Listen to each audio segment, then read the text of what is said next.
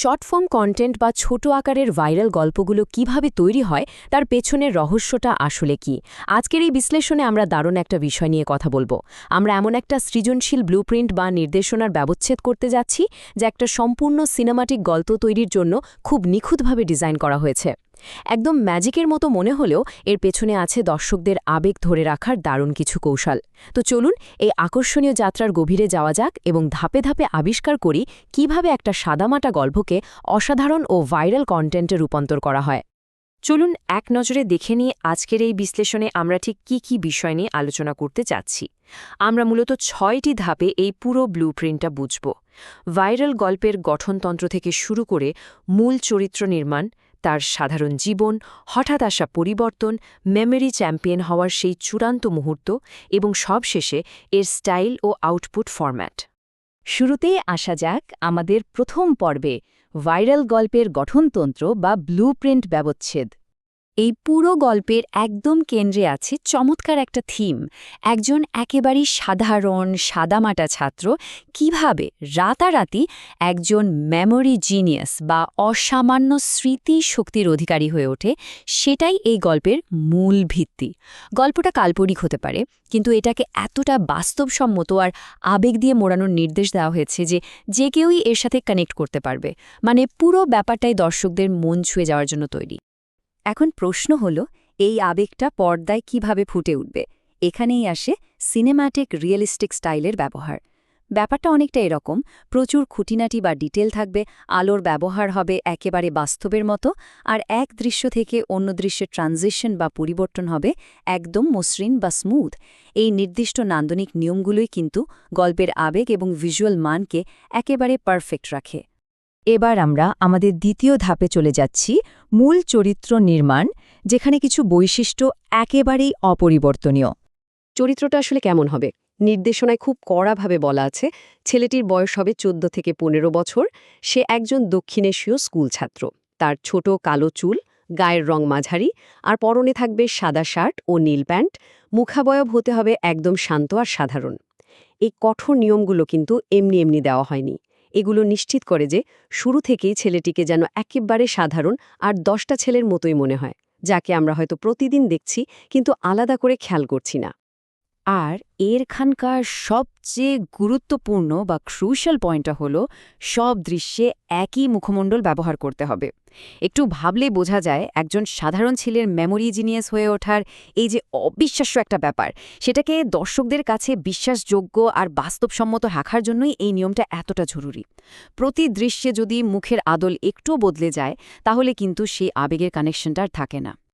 আমাদের তৃতীয় পর্বটি হল সাধারণ জীবন। এখান থেকেই মূলত গল্পের ভিত্তি বা বেস লাইন স্থাপন করা হয়। যে কোনো দারুণ গল্পের মতো এই গল্পের কাঠামোটা শুরু হচ্ছে দুটো সম্পূর্ণ ভিন্ন আবহের মাধ্যমে।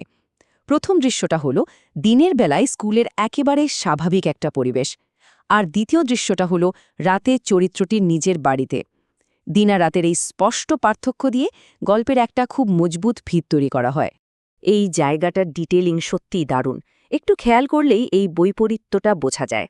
প্রথম দৃশ্যে ক্লাসরুমে জানলা দিয়ে আসা প্রাকৃতিক আলোতে ছেলেটিকে আমরা দেখছি একদম সাধারণ, কেউ তাকে সেভাবে খেয়াল করছে না, সে কিছুটা অমনোযোগী। এরপর দ্বিতীয় দৃশ্য, একটি সাধারণ বাংলাদেশি বাড়ির পরিবেশ। ডিম লাইটের মৃদু আলোতে সে শুয়ে আছে, ক্লান্ত, কিছুটা অসুস্থ, আর মাথার উপর ধীরে ধীরে একটা সিলিং ফ্যান ঘুরছে। দিনের বেলার সেই অগভীর ফোকাস থেকে রাতের শান্ত ঘরের এই মৃদু আলো কিভাবে গল্পের একটা অত্যন্ত আবেগপূর্ণ আর গভীর বেসলাইন তৈরি করে দিচ্ছে, তাই না? এরপর আমরা পৌঁছে যাই চতুর্থ পর্বে, স্বপ্ন এবং পরিবর্তন। এটাই সেই মোড় ঘোরানো মুহূর্ত। এই দৃশ্যপটটা একেবারে গেম চেঞ্জার, কারণ এখানেই হঠাৎ করে একটা সুপারন্যাচারাল বা অতি প্রাকৃত আবহ চলে আসে। ছেলেটি যখন ঘুমাচ্ছে, তখন নীল আর বেগুনি রঙের সিনেমাটিক আলোয় তার মাথার চারপাশে পরাবাস্তব সব উজ্জ্বল প্রতীক, ভাসমান সংখ্যা, বই আর স্মৃতির নানা খণ্ডাংশ ভাসতে দেখা যায়। এই অসাধারণ ভিজুয়ালটি দিয়ে মূলত বোঝানো হচ্ছে তার মস্তিষ্কের ক্ষমতার বিকাশ এবং তার সেই অসামান্য স্মৃতিশক্তির জাগরণ, যেন একটা ঘুমন্ত জাদুকর হঠাৎ জেগে উঠছে। এই তুলনাটা গল্পের নাটকীয়তাকে একেবারে চোখের সামনে তুলে ধরে। শুরুতে যে ছেলেটিকে আমরা দেখলাম অসুস্থ, ক্লান্ত, মৃদু আলোয় ঢাকা ঘরে পড়ে থাকতে, সেই একই ছেলে জাগরণের পর উজ্জ্বল আলোয় ভরা ক্লাসরুমে কোনোরকম দ্বিধা ছাড়াই নিখুঁত উত্তর দিয়ে শিক্ষক আর সহপাঠীদের একদম চমকে দিচ্ছে। পরিবেশের এই যে একটা বিশাল পরিবর্তন, এটা কিন্তু গল্পের মানসিক উত্তেজনা আর চরিত্রটির হঠাৎ পাওয়া আত্মবিশ্বাসকে দারুণভাবে ফুটিয়ে তোলে। পুরো ব্যাপারটা রীতিমতো গায়ে কাঁটা দেওয়ার মতো। এবার আমাদের পঞ্চম পর্ব, মেমোরি চ্যাম্পিয়ন হওয়ার চূড়ান্ত মুহূর্ত, সোজা কথায় বিজয়ের ক্ষণ। গল্পেরই ক্লাইম্যাক্সটা খুব সুন্দরভাবে ধাপে ধাপে সাজানো। প্রথম ধাপে ছেলেটি স্কুলের মঞ্চে উজ্জ্বল স্পটলাইটের নিচে দাঁড়িয়ে আছে।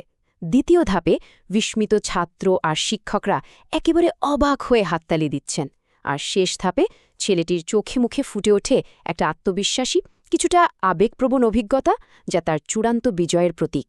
একজন সাধারণ ছাত্র থেকে স্বীকৃতিপ্রাপ্ত মেমোরি জিনিয়াস হয়ে ওঠার এই সিনেমাটিক যাত্রাটা ঠিক এখানেই এসে একটা পারফেক্ট পূর্ণতা পায়। এবং সবশেষে আমাদের ষষ্ঠ ও চূড়ান্ত পর্ব, স্টাইল এবং আউটপুট ফরম্যাট।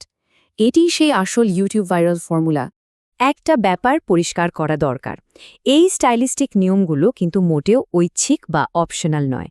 বর্তমান সময়ের শর্ট ফর্ম স্টোরি টেলিংয়ের ক্ষেত্রে দর্শকদের ধরে রাখতে এবং আবেগের অনুরণন বা ইমোশনাল কানেকশন বজায় রাখতে এগুলোই হলো অপরিহার্য কৌশল। একদম রিয়েলিস্টিক লাইটিং, ব্যাকগ্রাউন্ডে মন ছুঁয়ে যাওয়া আবেগময় মিউজিক আর মসৃণ ট্রানজিশন, সবকিছু মিলে এই পুরো কন্টেন্টটিকে ইউটিউব শর্টসের মতো প্ল্যাটফর্মের জন্য একেবারে নিখুঁত একটা প্যাকেজ বানিয়ে তোলে। পুরো বিশ্লেষণটা শেষে একটা দারুণ চিন্তার জায়গা তৈরি হয়। অত্যন্ত কঠোর কিছু ভিজুয়াল নিয়ম আর চিরাচরিত 5 অঙ্কের একটা গল্পের কাঠামো মিলেমিশে কিভাবে মানুষের মনে এত গভীর আবেগের সঞ্চার করে আর কন্টেন্টকে ভাইরাল করে তোলে, এটা সত্যি অবাক করার মতো। এই সুনিপুণভাবে তৈরি করা ডিজিটাল ফর্মুলাগুলো হয়তো এভাবেই ভবিষ্যতেও দর্শকদের সহানুভূতি আদায় করে নেবে এবং স্টোরি টেলিংয়ের পুরো জগৎটাকে নতুন করে সংজ্ঞায়িত করবে। কি মনে হয়, এই ফর্মুলাটা কি আসলেই স্টোরি টেলিংয়ের ভবিষ্যৎ?